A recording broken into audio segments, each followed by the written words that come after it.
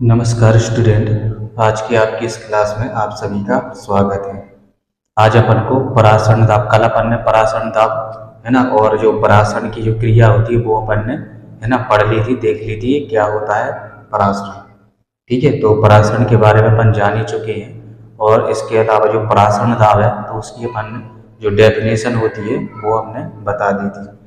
आज अपन को चित्र के माध्यम से ये जो विधि है बर्कले और हार्टले, इस विधि के द्वारा अपन परासरण दाब कैसे मापेंगे तो वो आज अपन को पढ़ना है। तो चित्र मैंने क्या है बना के रखा हुआ है पहले से। ठीक है, चित्र बनाने में थोड़ा क्या है टाइम लगता है, इसलिए चित्र को मैंने क्या है पहले से बना के रखा हुआ है, ताकि जो वीडियो है आपका वो ज़्यादा लंबा ना होने पाए। तो ये चित्र है, कुछ इस तरीके का चित्र होता है बर्कले हार्टले विधि का। आई होप केवल समझाने के लिए है। ठीक है, और चित्र जैसा भी बना है वो आपको केवल समझाने के लिए है। आप यदि बनाना चाहें तो और अच्छा भी इससे चित्र बना सकते हैं, तो मैंने केवल इसको समझाने के लिए चित्र बनाया हुआ है।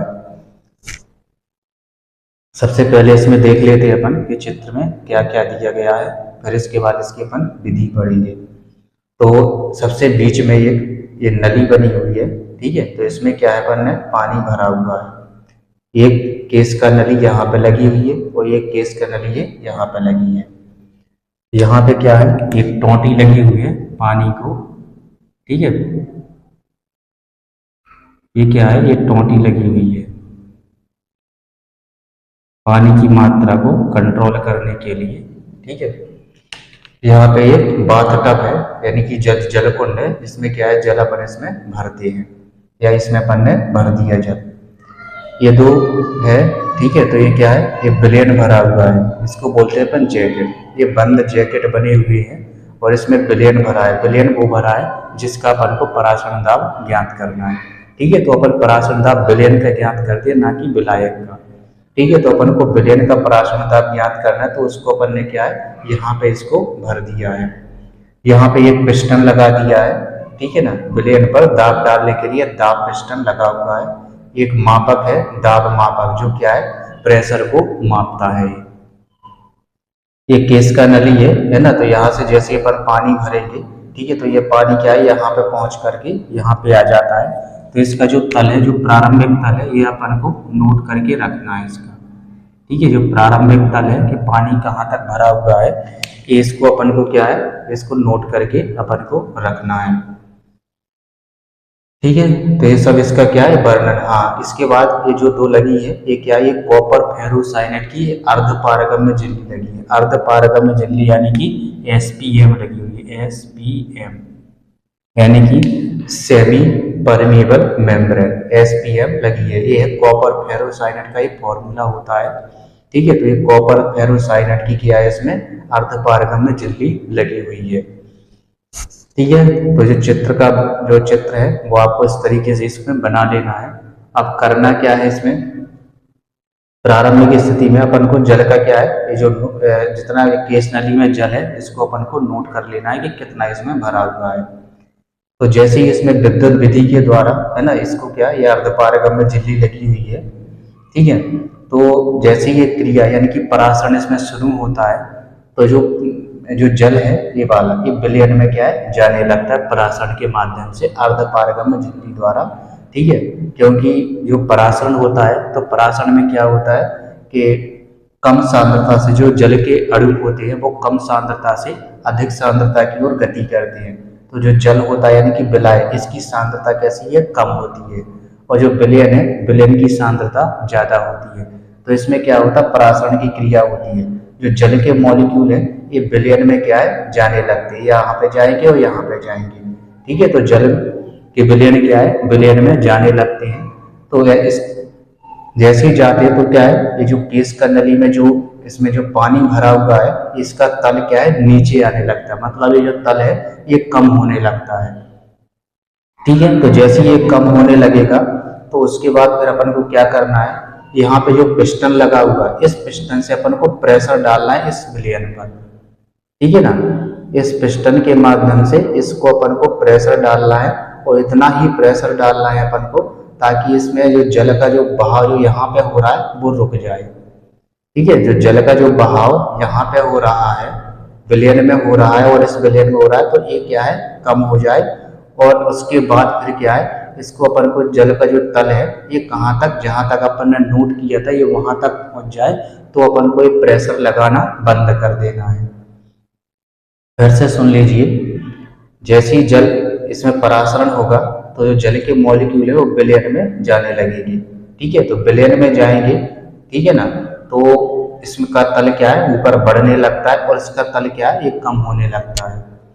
ठीक है, जैसे ही कम होगा, ठीक है, तो अपन को क्या करना है, इस विलयन पर इस पर प्रेशर डालना है, इस विलयन से पिस्टन के माध्यम से प्रेशर डालना है। तो अपन को इतना प्रेशर डालना है कि जिससे जो जल के जो मॉलिक्यूल है विलयन में जा रहे थे वो रुक जाए। ठीक है, और उसके बाद फिर क्या है कि जो जल का तल जो मान के चलो कम हो गया था और जहां से अपन ने टिक लगाया था नोट किया था कि कितना है, तो ये जल का तल वहां तक पहुंच जाए। तो जैसे ही वहां तक पहुंच जाता है तो फिर अपन को दाब लगाना बंद कर देना है। और जितना अपन ने दाब लगाया इस दाब मापक से अपन को पता चल जाएगा कि कितना अपन ने इसमें प्रेशर लगाया है। तो जितना भी अपन ने ये प्रेशर लगाया है, ठीक है, और जो विलयन है इसमें जो जल के मॉलिक्यूल जो इसमें जा रहे थे, है ना, तो वो क्या हो जाता है, ये दोनों बराबर हो जाते हैं। तो जितना भी अपन ने इसमें प्रेशर लगाया तो वही क्या होता है, विलयन का परासरण दाब होता है। ठीक है, तो इतना ही क्या है, विलयन का परासरण दाब होता है। तो केस का नली में पानी का तल गिरने से रुक जाए और प्रारंभिक ऊंचाई तक वो क्या है पहुंच जाए। विलयन पर पंप द्वारा लगाया गया जो परासरण दाब के बराबर हो जाता है वो। ठीक है, तो विलयन के द्वारा विलयन पर जो पंप के द्वारा जो परासरण प्रेशर लगाया जाता है तो वो क्या है इस प्रेशर के बराबर हो जाता है। और यही क्या होता है, इसका परासरण दाब होता है। और दाब को मापने के लिए यंत्र होता है ना। इस यंत्र के द्वारा क्या है अपन, ये जो यंत्र है ये परासरण दाब को माप लेता है। ठीक है, तो ये इसकी पूरी प्रोसेस होती है। बर्कले हार्टले विधि परासरण दाब मापने की अन्य विधियों की अपेक्षा, है ना, अच्छी और उपयोगी मानी जाती है। तो इसके कुछ कारण भी दिए गए हैं, कुछ कारण भी होते हैं कि ये प्रोसेस क्यों अच्छी है, ये उपयोगी भी है और ये प्रोसेस क्या है अन्य विधियों की अपेक्षा सबसे अच्छी मानी जाती है और अक्सर ये परीक्षा में पूछी भी जाती है। तो इस विधि में क्या है, जो परासरण दाब है को बाह्य दाब से संतुलित किया जाता है। इसका जो परासरण दाब है ना, तो बाहरी दाब है, बाहर से अपन दाब लगा रहे हैं तो इसके द्वारा इसको संतुलित कर लिया जाता है। अतः झिल्ली पर जोर नहीं पड़ता और उसके फटने की संभावना नहीं रहती है। तो बाहर से अपन दाब लगाते हैं तो उतना ही अपन को दाब लगाना है ताकि इसमें जल का तल क्या है बराबर हो जाए। तो इस कंडीशन में क्या होता है, जो अर्धपारगम झिल्ली इस पर ज्यादा प्रेशर नहीं पड़ने पाता। ठीक है, ज्यादा प्रेशर नहीं पड़ता तो इसके फटने की जो संभावना है, जो टूटने की संभावना है वो ना के बराबर हो जाती है। साम्य शीघ्र स्थापित होने का समय अधिक नहीं लगता। इस कंडीशन में क्या है, जो साम्य है वो बहुत जल्दी स्थापित हो जाता है। इससे क्या है, इसमें समय की बचत हो जाती है। विलयन की सांद्रता अपरिवर्तित रहती है और जो विलयन है इसकी सांद्रता में कोई परिवर्तन नहीं होता है। जैसे कि मान के चलो जल है इसमें चला गया है तो विलयन की जो परासरण है वो जो होता है सांद्रता वो क्या है अपरिवर्तित रहती है, क्योंकि जो जल है जब दाब लगाते हैं तो जल इस विलयन में से निकल करके पुनः इसमें आ जाता है ना। तो इससे जो क्या है इसका साम्य बना रहता है, यानी कि जो साम्य है वो अपरिवर्तित रहता है, सांद्रता अपरिवर्तित रहती है इसकी। ठीक है, तो इस तरीके से अपन ने ये बर्कले हार्टले विधि है ना पढ़ी है। ये चित्र है ना, तो चित्र आप लोग अच्छे से इसको सीख लेना। ठीक है, तो ज़्यादा टफ नहीं है, ज़्यादा कुछ नहीं है चित्र में। ठीक है, मैं आपको इसको बना के भी दिखा देता लेकिन वीडियो क्या है थोड़ा बड़ा हो जाता है, इस वजह से मैंने इसको बना के नहीं दिखाया, पहले से इसको बना के रखा हुआ है। ठीक है, आप एक दो बार इसको प्रैक्टिस करना तो आपसे ये चित्र बनने लगेगा। अब इसके बाद अपना अगला टॉपिक आता है, वो है तनु विलयनों का सिद्धांत। ठीक है ना, बार्नहॉफ ने तनु विलयन से संबंधित एक सिद्धांत दिया था, है ना, तो वो अपन पढ़ेंगे, है ना। तो मैं इसको इरेज किए दे रहा हूँ। ठीक है, उसके बाद अपन तनु विलयन से संबंधित बार्नहॉफ का सिद्धांत पढ़ेंगे। इसके बाद अपन को अब पढ़ना है तनु विलयनों का सिद्धांत। तो ये जो सिद्धांत है ये क्या है, ये बार्नहॉफ ने दिया था। ठीक है, ये सिद्धांत किसने दिया था, कि बार्नहॉफ ने दिया था। तो बार्नहॉफ ने यह सुझाव दिया कि उन्होंने ये बताया था, जो बार्नटॉप है उन्होंने बताया था कि जो विलयन का दाब होता है या विलयन का जो परासरण दाब होता है ये उतना ही होता है जितना कि जो विलेय है वाष्प अवस्था में डालता है। यानी कि ये दोनों क्या हो जाते हैं, समान हो जाते हैं। यानी कि कोई विलयन है ना, जैसे कि अभी अपन ने देखा विलयन का परासरण दाब कितना होता है, ये वाला दाब, और इसके अलावा उसी विलयन को अपन गर्म करेंगे तो वो वाष्प में बनेगा, है ना। तो वाष्प अवस्था में जो दाब डालता है वो दोनों क्या हो जाते हैं, बराबर होते हैं। ठीक है, यही क्या होता है आपका तनु विलयनों का सिद्धांत होता है। तो इसमें अपन लिखेंगे कि बार्नटॉप ने यह सुझाव दिया कि बार्नटॉप ने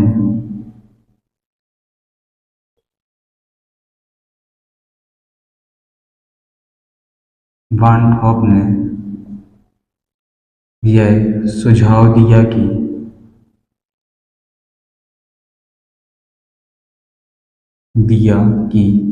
बार्नटॉप ने दिया कि किसी भी पदार्थ की गैसीय अवस्था की किसी भी पदार्थ की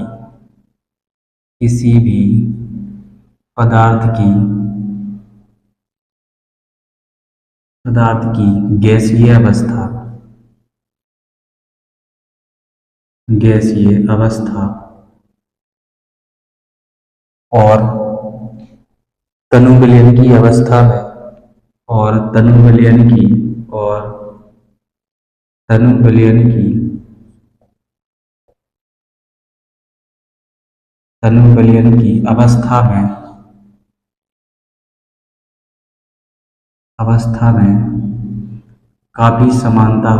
अवस्था में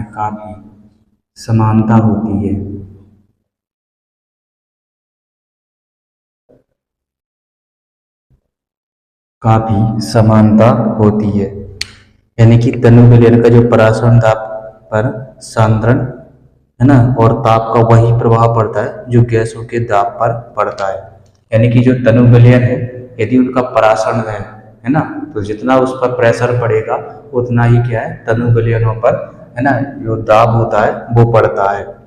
ठीक है ना, तो इसको ध्यान में रखते हुए, है ना, समानता होती है ना। तो उपर्युक्त इस समानता को ध्यान में रखते हुए, उपर्युक्त समानताओं को, है ना, इसमें ध्यान में रखते हुए तो तनु विलयन के परासरण दाब पर सांद्रण, और आगे लिखेंगे इसमें तनु विलयन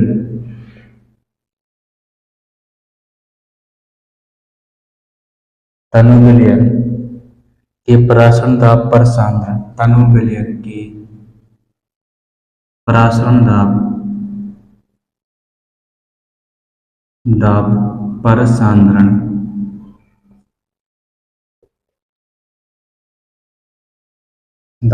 सांद्रण और ताप का वही प्रभाव पड़ता है, और ताप का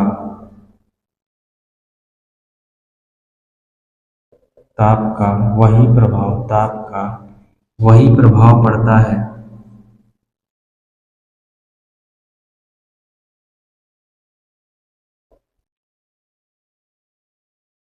प्रभाव पड़ता है जो कि गैसों के दाब पर पड़ता है,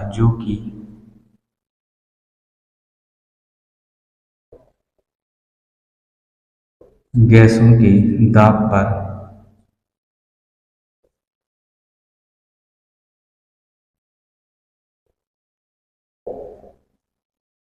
पर पड़ता है। ठीक है, तो इन समानताओं को ध्यान में रखते हुए बार्नटॉप ने इन समानताओं को या इनको ध्यान में रखते हुए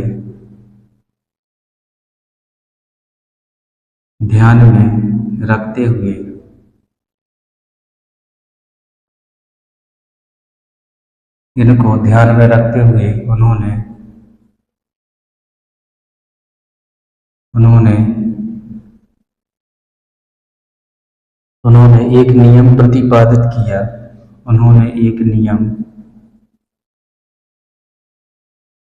एक नियम प्रतिपादित किया।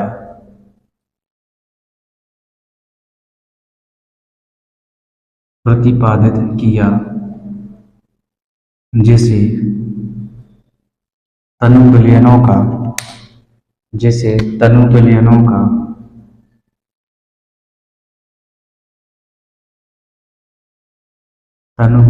का सिद्धांत कहते हैं। तनु विलयनों का सिद्धांत कहते हैं। तनु विलयनों का सिद्धांत कहते हैं। इसके अनुसार तनु विलयन का परासरण दाब तनु विलयन का परासरण दाब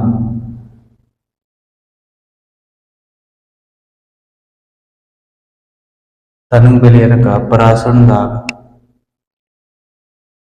उस दाब के बराबर होता है। तनु विलयन का परासरण दाब उस दाब के बराबर होता है। उस दाब के बराबर होता है।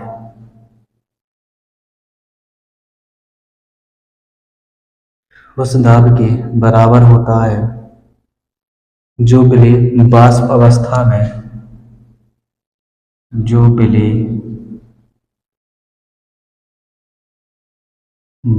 अवस्था में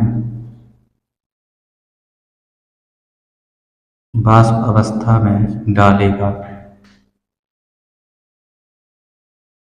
वाष्प अवस्था में डालेगा, जबकि उसका आयतन और ताप जबकि उसका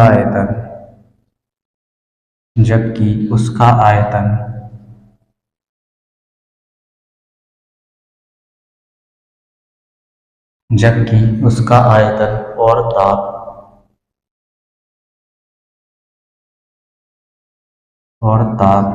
विलयन के ताप और आयतन के उसका ताप और आयतन विलयन के ताप और आयतन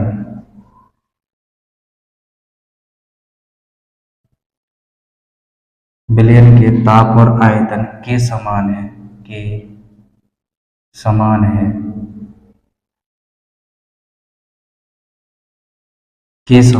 ठीक है। इसे क्या है, तनु विलयन का सिद्धांत कहती है। जो तनु विलयन का परासरण दाब है उस दाब के बराबर होता है जो विलेय क्या है, वाष्प अवस्था में डालता है, जबकि जब उसका आयतन और ताप दोनों की क्या है, समान हो जाए। ठीक है ना। विलयन का और जो वाष्प अवस्था में जो दाब डालेगा है ना, इन दोनों का ताप और आयतन समान है ना। तो जो वाष्प दाब है, जो परासरण दाब है, वो भी क्या होता है, समान होता है। ठीक है ना। तो इस तत्व को इसको ध्यान में रखते हुए बार्नठॉप ने आदर्श गैस समीकरण के समान तनु विलयनों के लिए समीकरण है ना, तो इसको ध्यान में रखते हुए उन्होंने एक समीकरण दिया था। ठीक है ना। जैसे कि आदर्श गैसों के लिए समीकरण है। आदर्श गैस समीकरण आपको पता ही होगा क्या होता है, पीवी बराबर NRT। ठीक है। ये क्या होता है, आदर्श गैस समीकरण होता है, पीवी बराबर NRT। इसी से संबंधित उन्होंने क्या है, इसी के समान एक नियम दिया है ना। वो क्या, ये गैसों के लिए एक गैस है ना, आदर्श गैस समीकरण, आदर्श गैस समीकरण। ये क्या है, ये आदर्श गैस समीकरण है। पीवी बराबर NRT, ये एक मोल के लिए, N मोल के लिए। यदि अपन को लिखना है तो पीवी बराबर RT भी लिख सकते हो। यदि मोल के लिए लिखना है अपन को, N मोल के लिए, तो N लगा देना। तो ये गैसों के लिए है। इन्होंने जो दिया था इसी से संबंधित तनु विलयनों के लिए दिया था। तो इसमें P की जगह पे क्या है, पाई ले लिया उन्होंने। P की जगह पे क्या ले लिया उन्होंने, पाई ले लिया। ठीक है। पाई भी बराबर NRT। ठीक है। पाई भी बराबर क्या कर लिया उन्होंने, NRT ले लिया उन्होंने। P की जगह पे ये क्या कह दिया, पाई ले लिया। ठीक है। ये परासरण दाब को अपन पाई से डिनोट करते हैं। ठीक है। परासरण दाब को काय के द्वारा, पाई के द्वारा अपन दर्शाते हैं। तो लिखना चाहो तो आप लिख सकते हो, परासरण दाब को पाई के द्वारा, परासरण दाब को पाई के द्वारा दर्शाते हैं, पाई के द्वारा दर्शाती है। ठीक है, जो परासरण दाब है उसको अपन पाई के द्वारा दर्शाते हैं।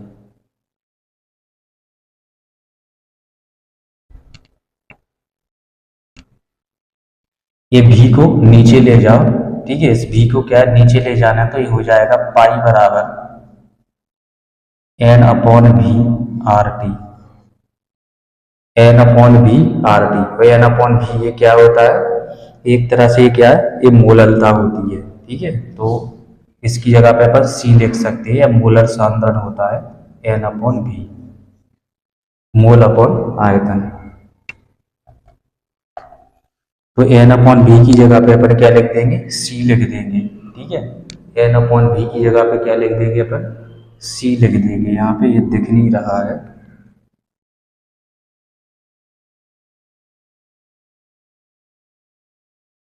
इसको मिटाए दे रहे हैं, ये शायद आप लोगों ने ना लिख लिया होगा।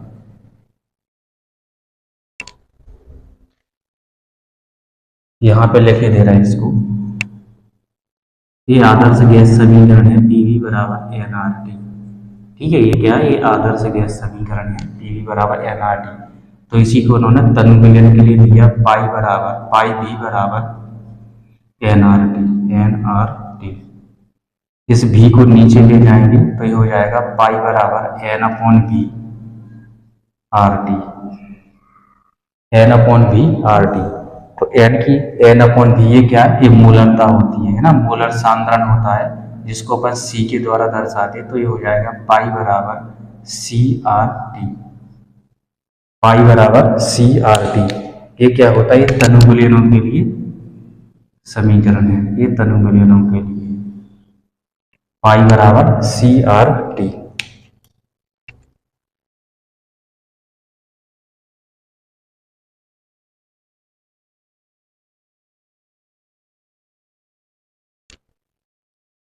इसमें ये भी लिख लीजिए, जहां जहां पाई बराबर क्या है, परासरण दाब, पाई बराबर परासरण दाब, परासरण दाब, पाई बराबर क्या है, परासरण दाब है। पाई बराबर परासरण दाब, सी बराबर मोलर सांद्रण, सी बराबर है मोलर सांद्रण, मोलर सांद्रण। मोलर सांद्रण मतलब मोलरता है, ये मोललता नहीं है, तुतलाना नहीं है इसमें। ठीक है, मोललता नहीं है, ये मोलरता है। ठीक है, क्योंकि यहाँ पे आयतन है। ठीक है, अगर द्रव्यमान होता, ठीक है ना, द्रव्यमान होता तो क्या हो जाता, आपकी वो होता मोललता होता। ये क्या है, मोलरता है, मोलर सांद्रण। आर क्या है, गैस स्थिरांक, आर क्या है आपका, आर बराबर है गैस स्थिरांक, गैस स्थिरांक। टी क्या है, ताप है, केल्विन में ताप, टी क्या है, केल्विन में ताप, टी बराबर ताप, काय में, केल्विन में। टी बराबर क्या है, ताप है, जो अपन को क्या है, केल्विन में लेना है।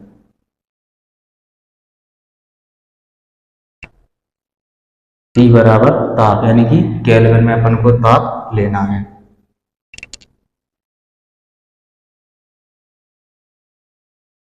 इससे संबंधित कुछ आंकिक प्रश्न भी है ना, तो उन आंकिक प्रश्नों को अपन अगली क्लास में देखेंगे।